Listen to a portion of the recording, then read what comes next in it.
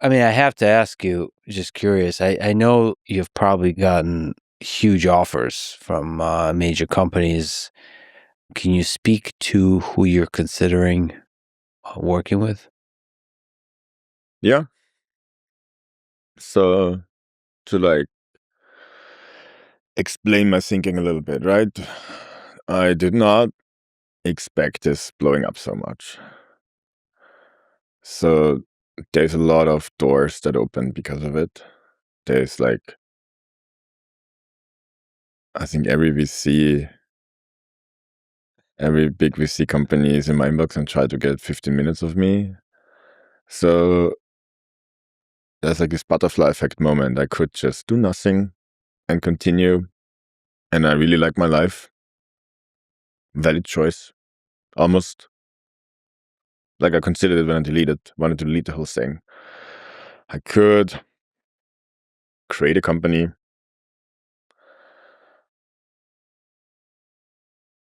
Been there, done that.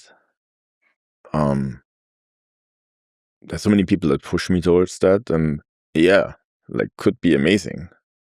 We should say that you would probably raise a lot of money in that. Yeah. I don't know, hundreds of millions, billion, I don't know. It could just got unlimited amount of money. Yeah.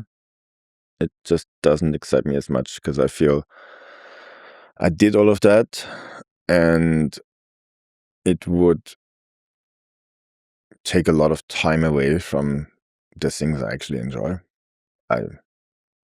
Same as when I was CEO, I think I learned to do it and I'm not bad at it. Partly I'm good at it.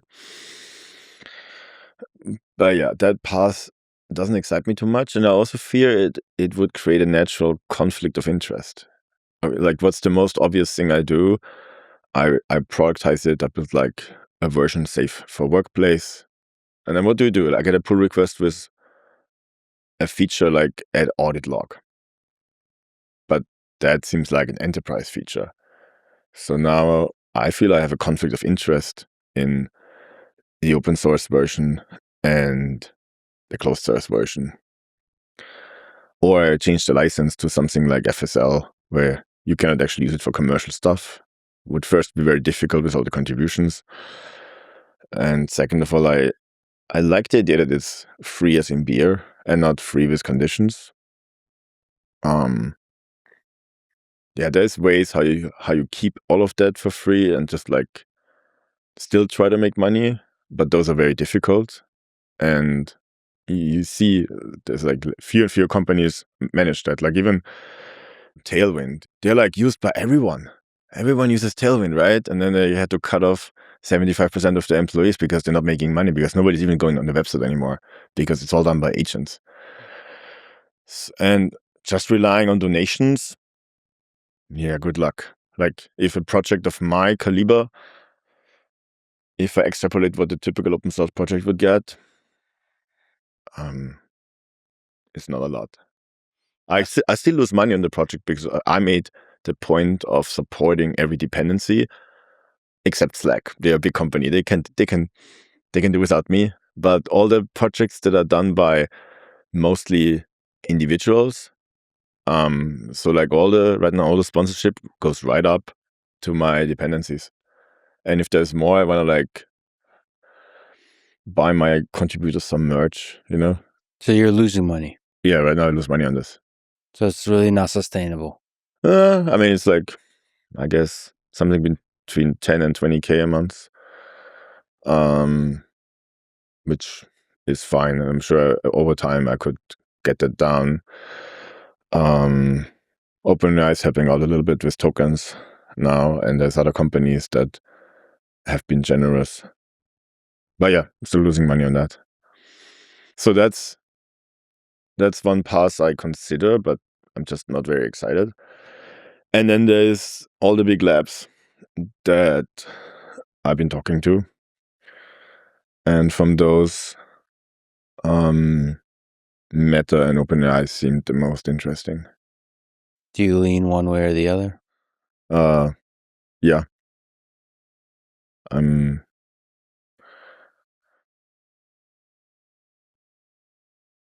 not sure how much I should share there. It's not quite finalized yet. let's just say, like, on either of these, my conditions are that the project stays open source, that maybe it's going to be a model like Chrome and Chromium. I think this is too important to just give to a company and make it theirs. And we didn't even talk about the whole community part, but like the thing that I experienced in San Francisco, like at ClawCon, seeing so many people so inspired, like, and having fun and just like building shit and like having like robots in lobster stuff walking around. Like people told me like they didn't experience this level of community excitement since like the early days of the internet, like 10, 15 years. And there were a lot of high caliber people there. I was like, I was amazed. I also like was very sensorily overloaded because too many people wanted to do selfies. But I love this. Like, this needs to stay a place where people can like hack and learn. But also, I'm very excited to like make this into a version that I can get to a lot of people, because I think this is the year of personal agents and that's the future. And the fastest way to do that is teaming up with one of the labs. And I also, on a personal level, I never worked at a large company and I'm intrigued. You know, when we talk about experiences, will I like it? I don't know.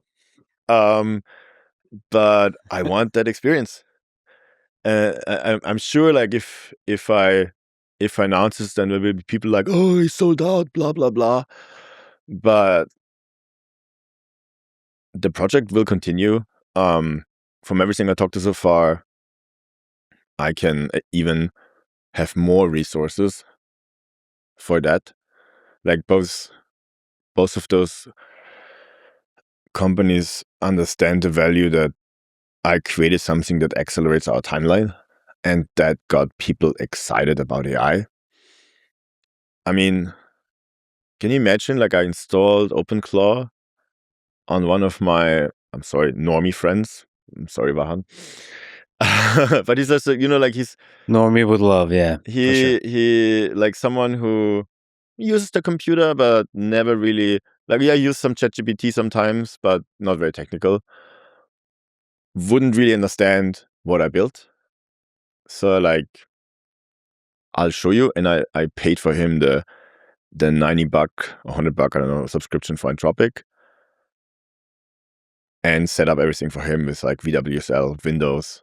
I was also curious, would it actually work on Windows, you know? I was a little early. And then within a few days, he was hooked.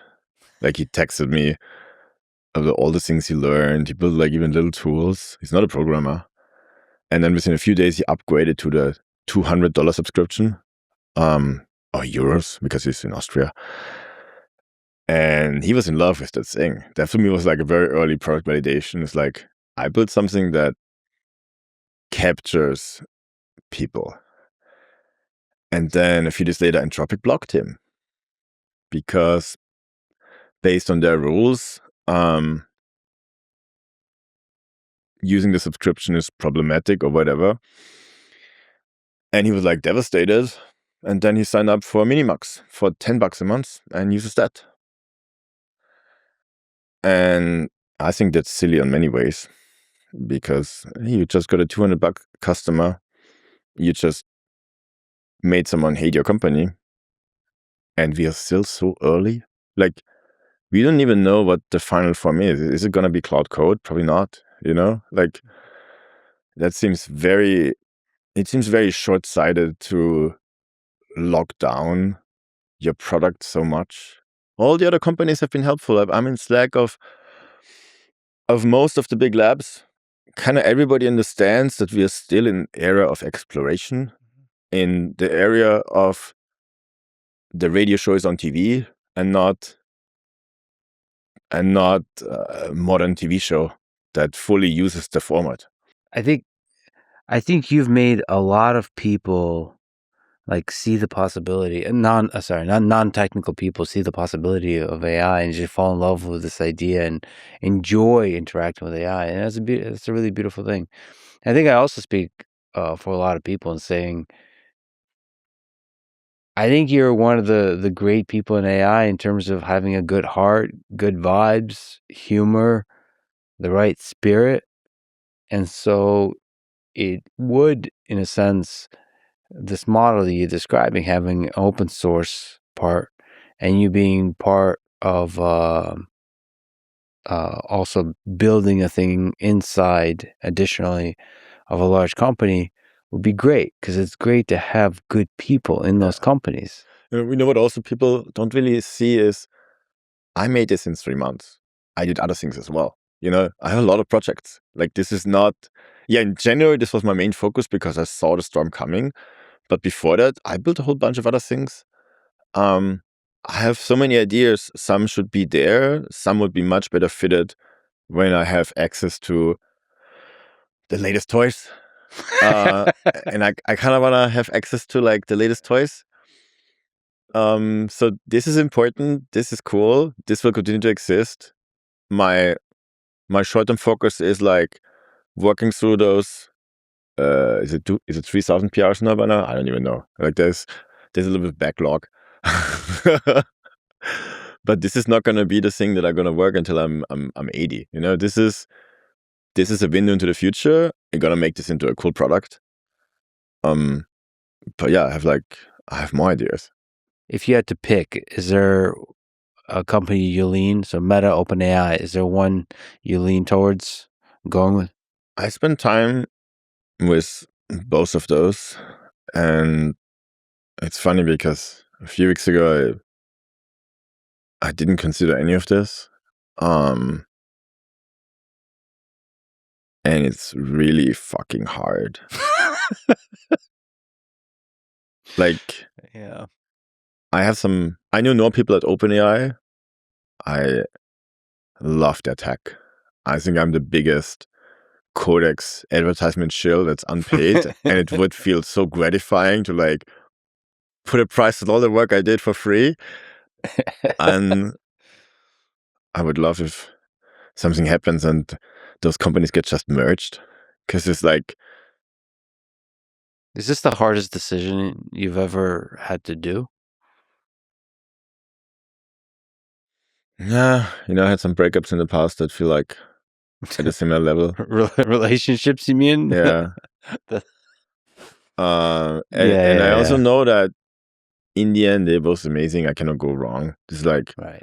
It's like one of the most prestigious and largest. I mean, the largest, but like they're both very cool companies. Yeah, they both really know scale. So if you're thinking about impact, some of the wonderful technologies you've been exploring, how to do it securely and how to do it at scale, such that you can have a positive impact on a large number of people. They both understand that. Both Ned and Mark basically played all week with my product and sent me like, oh, this is great. Oh, this is shit. Oh, I need to change this. Or like funny little anecdotes. And people using your stuff is kind of like the biggest compliment. And also shows me that, they actually care about it. And I didn't get the same on the OpenAI side. I got to see some other stuff that I find really cool. And they lure me with,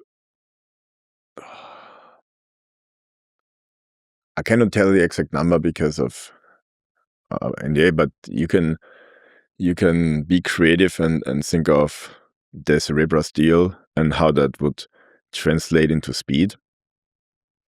And that was very intriguing. Like you give me source hammer. Yeah.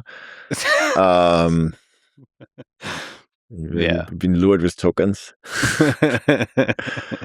So, yeah. So it's funny. So Mark's sort of tinkering with the thing, essentially having fun with the thing. He like when they first approached me, I got him in my in my WhatsApp, and he was asking, "Yeah, when you have a call?" And I'm like, "I don't like calendar entries. Let's just call now." And he was like, "Yeah, give me 10 minutes. I need to finish coding." Well, I guess that gives you street cred. It's like, Yeah. like he's still writing code. You know, Yeah, he didn't does. drift away in just being a manager. He gets me. That was a good first start. And then I think we had like a 10-minute fight. What's better, Cloud Code or Codex? Like that's the thing. You first do, like, you casually call Yeah, that's awesome. someone with like that owns one of the largest companies in the world, and you have a 10 minutes conversation about that. Yeah. And then I think afterwards he called me eccentric but brilliant.